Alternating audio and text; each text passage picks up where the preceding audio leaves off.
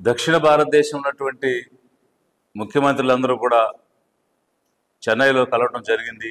ఒక ఆంధ్రప్రదేశ్ తప్ప అన్ని రాష్ట్రాలు ప్రాతినిధ్యంతో అనేక రాజకీయ పార్టీలు బీఆర్ఎస్ కానీ బీజేడీ బిజు జనతా దళ్ లాంటి పార్టీలు కూడా కలిశాయి.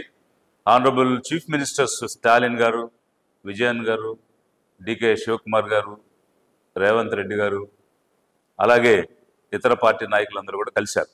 అయితే దేనికోసము డీలిమిటేషన్ అనేటువంటి ఒక ఎక్సర్సైజ్ మన భారతదేశంలో జరుగుతుంది. దీనివల్ల దక్షిణ భారతదేశం ఉన్నటువంటి రాష్ట్రాలకు ప్రాతినిధ్యం తగ్గిపోతుంది అనేటువంటి అంశం ఈరోజు దేశవ్యాప్తంగా చర్చ జరుగుతుంది, మనం చూస్తున్నాం.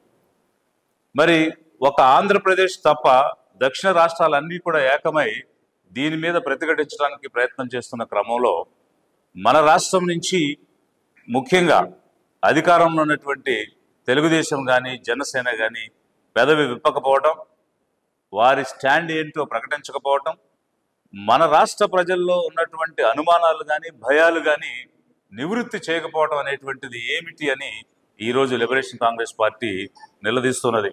అదే సమయంలో మనకి 543 సీట్లు ఈరోజు లోక్సభలో ఉన్నాయి. ఇవి పెంచటమా లేదా వాటిని తిరిగి పునర్విభజన చేయడమా అనేటువంటి అంశం యూనియన్ హోమ్ మినిస్టర్ గారు ఏం చెప్తున్నారు అని అంటే, ప్రోరేటా బేసిస్ మీద మేము సీట్స్ అలొకేషన్ అనేటువంటిది చేస్తామని.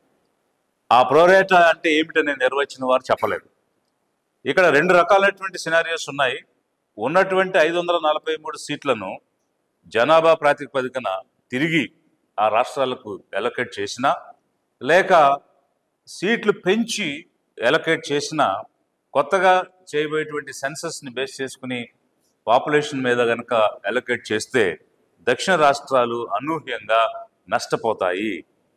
మనకి 1971 సెన్సస్ బేస్డ్గా 543 సీట్లు ఇవ్వడం జరిగింది. కానీ దానిలో దక్షిణ రాష్ట్రాలకు ఇంచుమించు 25% పాపులేషన్ బేసిస్ మీద వచ్చాయి. ఈ కాలక్రమేణా 1971 నుంచి ఇప్పటి వరకు భారత ప్రభుత్వం ఒక నియమం తీసుకుంది, జనాభా తగ్గించాలని. దానిని తూచా తప్పకుండా సిన్సియర్గా నిజాయితీగా దక్షిణ రాష్ట్రాలు పాటించి పాపులేషన్ కంట్రోల్ చేయడం జరిగింది. దానివల్ల 25% ఉన్నటువంటి పాపులేషన్ మన దేశంలో 20% దక్షిణ భారతదేశంలో తగ్గింది. తమిళనాడు తీసుకుంటే 2.1% ఉంది, అదే ఉత్తరప్రదేశ్ తీసుకుంటే 3.9% ఉంది, ఆల్మోస్ట్ డబుల్ ఉంది. అంటే అక్కడేమో పాపులేషన్ విపరీతంగా పెరిగిపోయింది, మనమేమో నీతిగా నిజాయితీగా భారత ప్రభుత్వం చెప్పింది అవి అవలంబించాలని మనం పనిచేసాం. పాపులేషన్ ఫ్యామిలీ ప్లానింగ్ ద్వారా పాపులేషన్ కంట్రోల్ చేశాం. మరి సిన్సియర్గా పనిచేసిన వాళ్ళు రివార్డ్ చేయాలి. బాగా ప్రోగ్రెసివ్గా మీరు ముందుకెళ్ళారు, చెప్పినవన్నీ అమలు చేశారు అని రివార్డ్ చేయాల్సింది పోయి ఈరోజు పనిష్ చేయడానికి ప్రయత్నం చేస్తుంది భారత ప్రభుత్వం. ఏ విధంగా అంటే కొత్త సెన్సస్ టేకప్ చేసి ఆ పాపులేషన్ బేసిస్ మీద మనకి సీట్స్ అలొకేషన్ అనేది. దీనిలో ఏం జరుగుతుందంటే నష్టం, ప్రజాస్వామ్యంలో ప్రాతినిధ్యం అనేటువంటిది చాలా ప్రధానమైనటువంటి అంశం. అది ఆయువు పట్టు. నీకు లా మేకింగ్ బాడీ, చట్టాలు తయారు చేసే సభలో సరైన ప్రాతినిధ్యం లేకపోతే ప్రజాస్వామ్యానికి అర్థం ఏమిటి? మరి 25% ఇంచుమించుగా ఉన్నది 5% తగ్గిపోయి 20%కి పడిపోతే ఎంత తీవ్ర నష్టం దక్షిణ భారతదేశ ప్రజలకు జరుగుతుంది. ఇదొక వైపు అయితే, మరొక వైపు ఇన్కమ్ ట్యాక్స్ ద్వారా కానీ, సెంట్రల్ జిఎస్టీ ద్వారా కానీ, కస్టమ్స్ ద్వారా కానీ highest share to the exchequer of the union government, భారత ప్రభుత్వానికి నిధి సమకూర్చడంలో దక్షిణ భారతదేశం నుంచి అత్యధికంగా వెళుతూ ఉంది. కానీ తిరిగి వచ్చేటువంటి నిధులు అత్యల్పంగా వస్తున్నాయి. రేపు ఈ డీలిమిటేషన్ జరిగితే మరింత తగ్గిపోతాయి. ఎలా? ఎంపీ ల్యాడ్స్లో నిధులు తగ్గిపోతాయి, డివల్యూషన్ ఆఫ్ ట్యాక్సెస్ తగ్గిపోతాయి, ఫైనాన్షియల్ కమిషన్ గ్రాంట్స్ తగ్గిపోతాయి, అలాగే సెంట్రలీ స్పాన్సర్డ్ స్కీమ్స్లో వచ్చేటువంటి నిధులు తగ్గిపోతాయి. సో ఆ విధంగా తగ్గిపోవటం వల్ల డెవలప్మెంట్ చేయాలంటే రాష్ట్ర ప్రభుత్వాలకి భారం పెరిగిపోతుంది.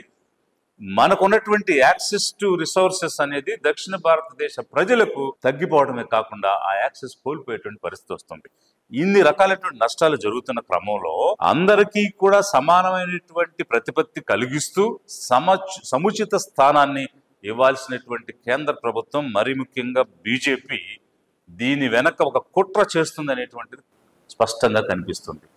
ఏ ఎన్నికలు వచ్చినా ప్రతి ఎలక్షన్కి ఏదో ఒక కారణం తీసుకొచ్చి, ఏదో ఒక అంశాన్ని తీసుకొచ్చి, పాకిస్తాన్ అనో, టెంపుల్ అనో, 1 నేషన్ 1 ఎలక్షన్ అనో, ఇట్లా రకరకాల అంశాలు తెచ్చి ఏదో విధంగా ఎలక్షన్ గెలవాలి, పోలరైజ్ చేయాలి, అంటే జనాన్ని విభజించాలి, అదే సమయంలో డైవర్షన్ చేయాలనేటువంటి ఒక జిమ్మిక్స్ గేమ్ ప్లాన్ నుంచి బీజేపీ చేస్తుంది. దీని వెనుకున్నటువంటి కుట్ర ఇప్పుడు కొత్తగా ప్రజల అటెన్షన్ డైవర్ట్ చేయడానికి, జనాన్ని ముక్కలుగా విభజించడానికి 3 లాంగ్వేజ్ పాలసీ అని, డీలిమిటేషన్ అనేటువంటి ఇష్యూస్ తెర మీద తీసుకొచ్చింది.